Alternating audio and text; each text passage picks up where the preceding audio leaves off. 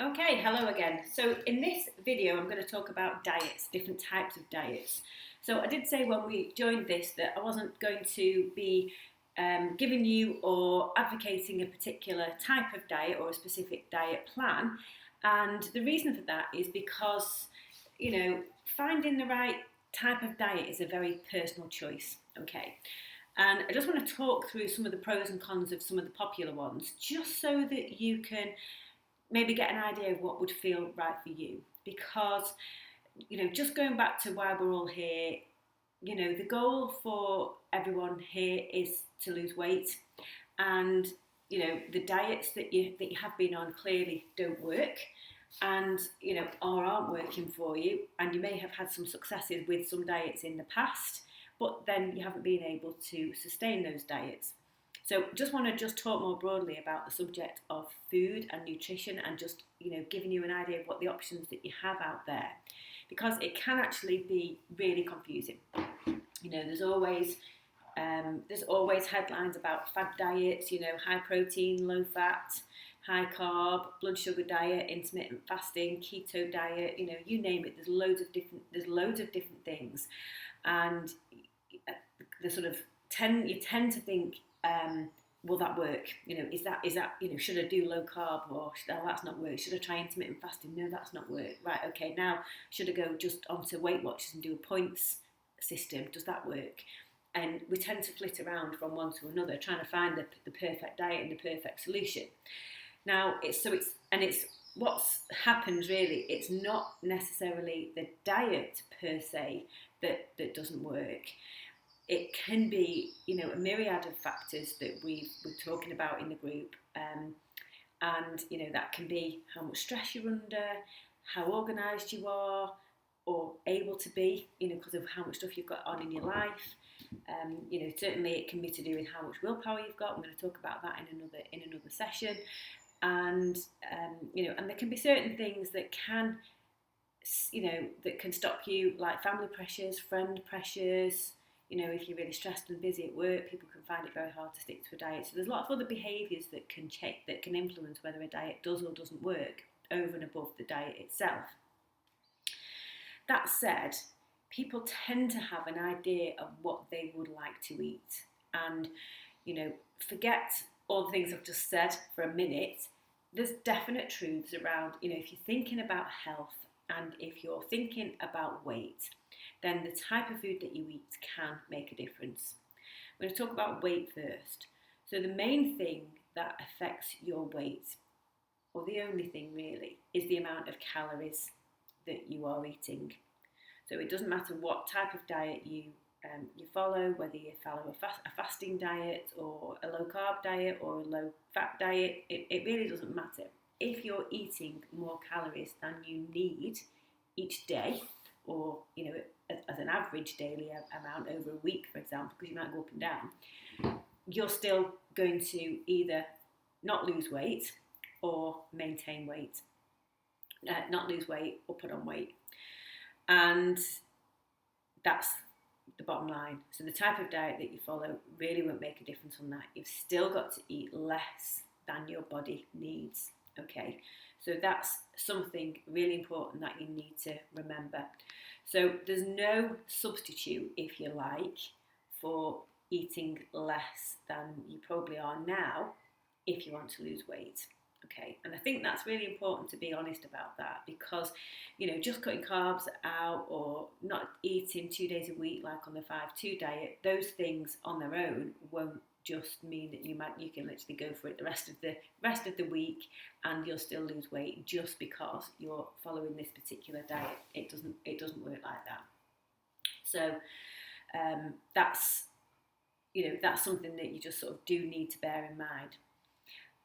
From a health point of view, if you're, because health can be part of your goals, and I'm going to talk about health in a broader sense, because health can be reducing your risk of diabetes or heart disease or cancer. We all know that healthier diets help to improve or reduce your likelihood of having more serious diseases. But what I've also found with the people that I've worked with, the healthier your diet is overall, and by that I mean the less processed foods, and good balanced amounts of protein and fruit and vegetables, the healthier your diet is, the many benefits that people find, and quite quickly actually, are better energy levels, they sleep better, less bloating or sort of digestive discomforts, better moods, manage stress better. There's quite a lot of well-being benefits to having a healthier diet as well, other than just improving your potential health outcomes or your risk of getting serious diseases. And people who improve their diet to a healthier diet than what they're having, quite often it's those well-being factors that really become really important to them, because they really start to notice how much better they feel. And that's big because you don't, yes, you might be lowering your risk of getting diabetes or heart disease, but it's probably not going to make you feel different on a day-to-day basis. Okay, so the well-being factors are quite profound. And when people are, which you all are, having got, stressful diets, working, families, a lot of stuff on, actually having more energy and, a better mood and sort of feeling better, in general, can make a massive difference to the quality of your life, actually. So moving on now, when you talk about diet or food, there's three things that you're thinking about. You're thinking about protein. So every diet, however you do it, you're going to be eating a proportion of protein every day, or in your meals. You're going to be eating fat, and you're going to be eating carbohydrates. And that's what food boils down to, those three things. Protein is really, really important, and probably under it, you get a bit of flack at the moment. People generally undereat protein. Protein is basically the building blocks for everything in your body. Okay, that's where your body gets the raw materials, or the Lego bricks, to build your skin, to build your hair, to build your nails, to build your muscles, your bones, the coatings on your nerves, lining your digestive tract, all of that. That's the building blocks of your body. So protein is really important. From a female perspective, and maintaining and not losing muscle mass as we age, you need to eat protein for your body to build muscles. And your body can't make some proteins, or some of the essential proteins, from other foods. So your body can make things that it needs from other stuff, but for protein it can't. So having enough protein in your diet is really something that you need to think about. And very often modern diets are quite low in protein. If you've ever gone to M&S and bought a sandwich, it's bread. It's bread and padding. It's not protein, even if it's got like meat in it.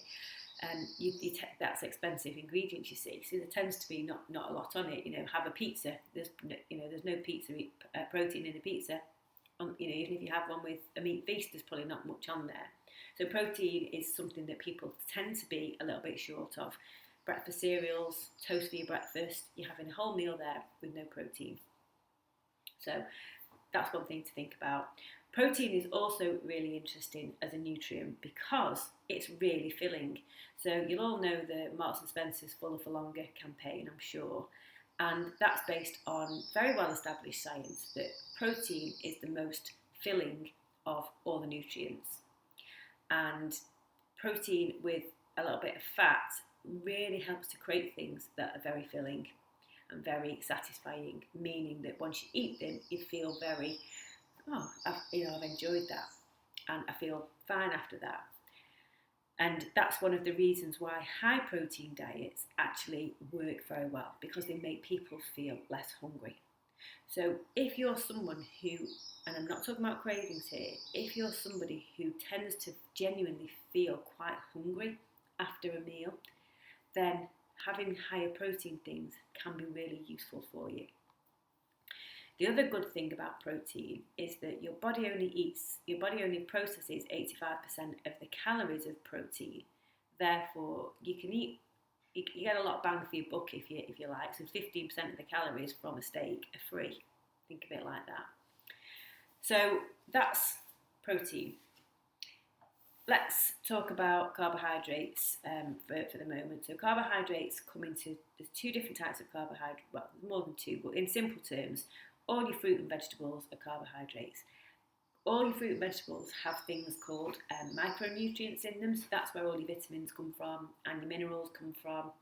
There's vitamins and minerals in fat and also in meat, but there's also lots of really good things, you know all this, in fruit and vegetables. So eating fruit and veg is great, and also it gives you fibre, which is helpful for your digestion. Carbohydrates like bread, pasta, rice, even potatoes they're just cheap filling foods. You know, they're not very nutritious. They are good for as an energy source for your body, but it's probably a low quality energy source for your body. But you do need them, so there's not a reason not to have carbohydrates other than out of preference. Other carbohydrates include chocolate, sweets, cakes, biscuits, croissants, all of that classification of treat foods. And you know, when I'm saying it like that, you can probably see that as sort of a modern sort of convenience-led diet, that we probably have a lot more carbohydrates than we need to eat. Or our diets are, you know, predominantly formed of carbohydrates these days. You could go a day on croissants for breakfast, or toast, or a sandwich, and pizza for your tea, and if you did a pie chart of how much you've eaten that day, it's probably going to be 75 or 85% of carbohydrates if you broke it down like that. So that's carbohydrates. And what happens with carbohydrates is whatever they are, you know, any type, sugar, fruit or a cookie, it releases sugar into your blood. And your body can only cope with very small amounts of sugar in the blood. It becomes very toxic to the body. This is why diabetes is such a serious issue, because it's very, very, sugar in your blood is really damaging to so many different systems in your body. And when you wake up in the morning, if you've got normal blood sugar levels, you've got the equivalent of 1 teaspoon of sugar in your whole blood stream. And the place where our body can store carbohydrates is in our liver, but it can't store an awful lot of them in there, and also in our muscles, and it can't store an awful lot of carbohydrates in our muscles either. That's why endurance runners and cyclists have to keep eating while they're working out and while they're competing. And so your body has to get rid of them from somewhere, and once your liver's full and once your muscles are full, it goes as fat, and that's what's happening. So when you've got very, very massively heavy carbohydrate-rich diet, you're giving your body more than it can actually deal with, especially if you've got a sedentary job. You're giving your body more energy than it needs, so it's got to put it somewhere, and that's that. So that's why there's lots of conversation about the benefits of low carb, and things like the blood sugar diet, which is for diabetes, to try and reduce the number of carbohydrates, because they're already sort of deficient in terms of their ability to manage and process sugar. So you're trying to remove that from the diet to let their natural systems work more efficiently. Fat, on the other hand, is something that we need in quite small quantities. Most fats are very nutritious, so olive oil, nuts, butter is actually really nutritious, got lots of really good quality vitamins in there.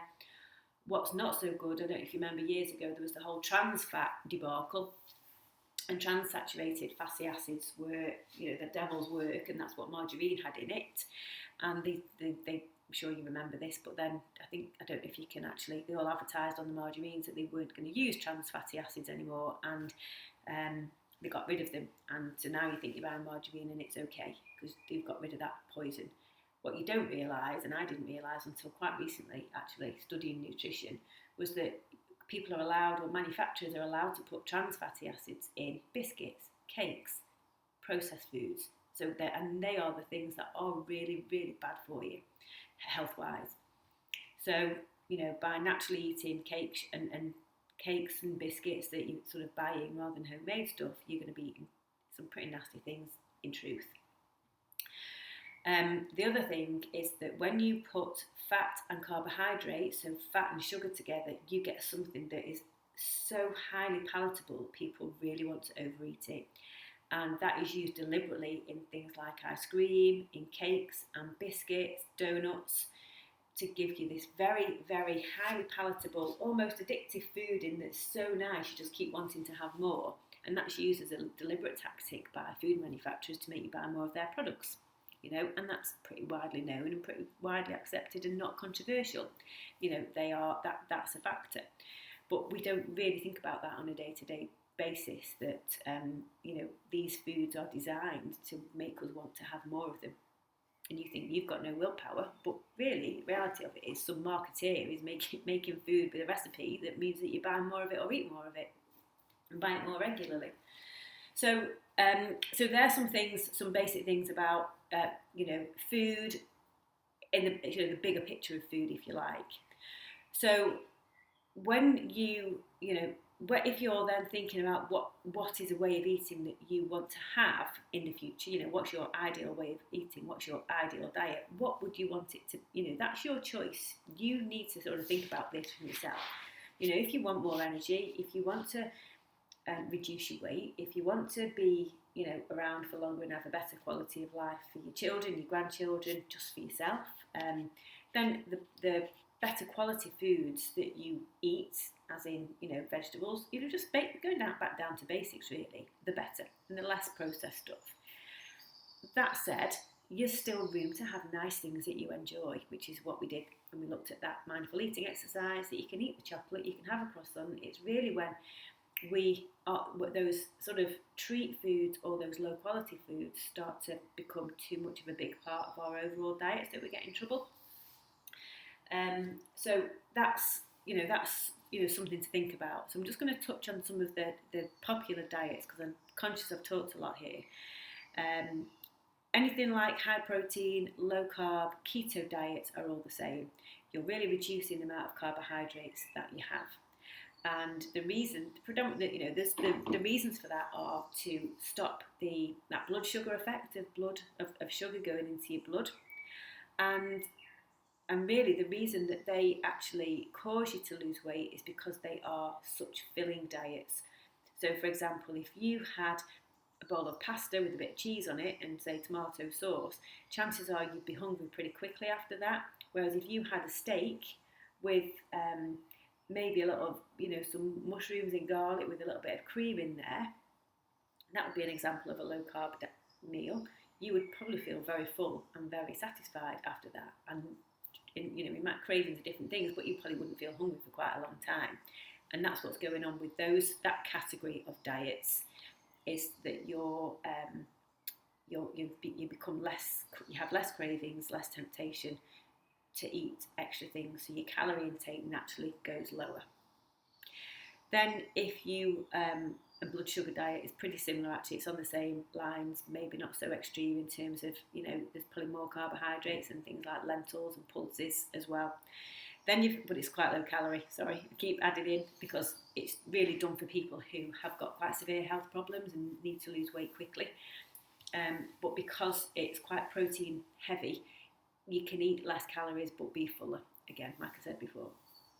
And then other things like like intermittent fasting or that 5-2 diet that Dr. Michael Mosley did a few years ago, they're really for the idea that if you don't, let's say you don't eat 2 days a week, that's what the 5-2 diet was, you don't actually, when they've done scientific tests on that, if you have those 2 days off, you don't actually then make up for all the calories that you've missed in the subsequent days, so that over a week you've eaten less calories and you lose weight.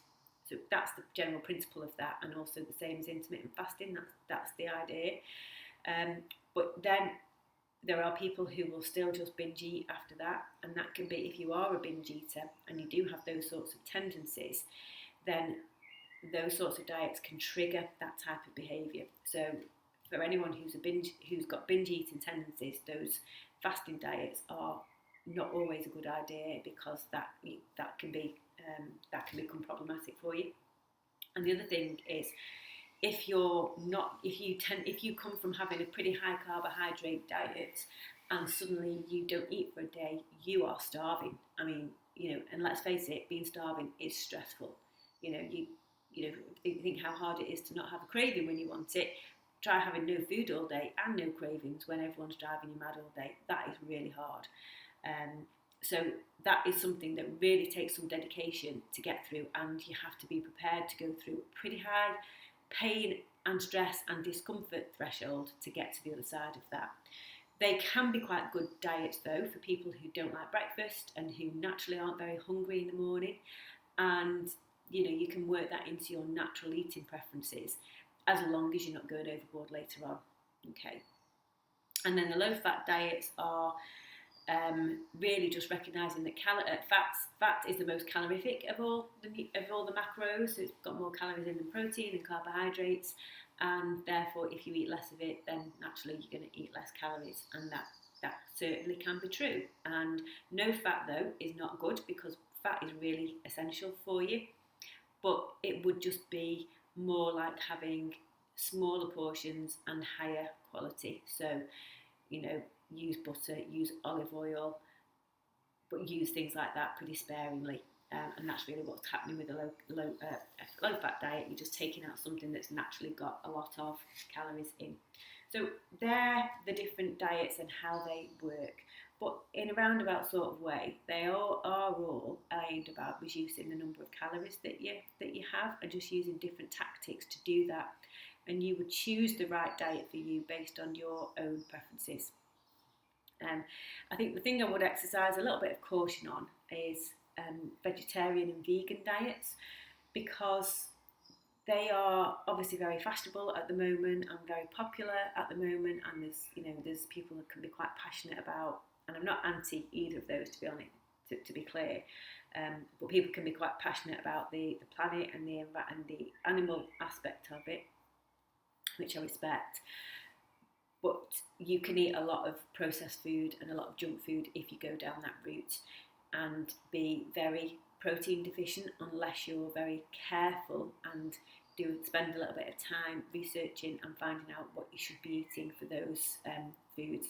So and I'm speaking from experience here, because I have been a very hungry vegan and vegetarian with endless cravings and just being starving all the time, because I wasn't having any protein and I hadn't really educated myself about what was a healthy diet, for, healthy meals for that, to keep you full and to keep you feeling full, and to avoid having cravings because you're just basically eating carbs all the time.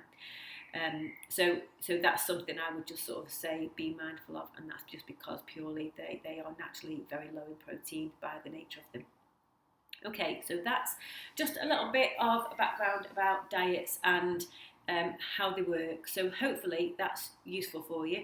If you do have any questions about this, just pop them in the thread, I'll pick them up and I'll answer them. Okay, lesson over. All right, take care. See you now. Bye.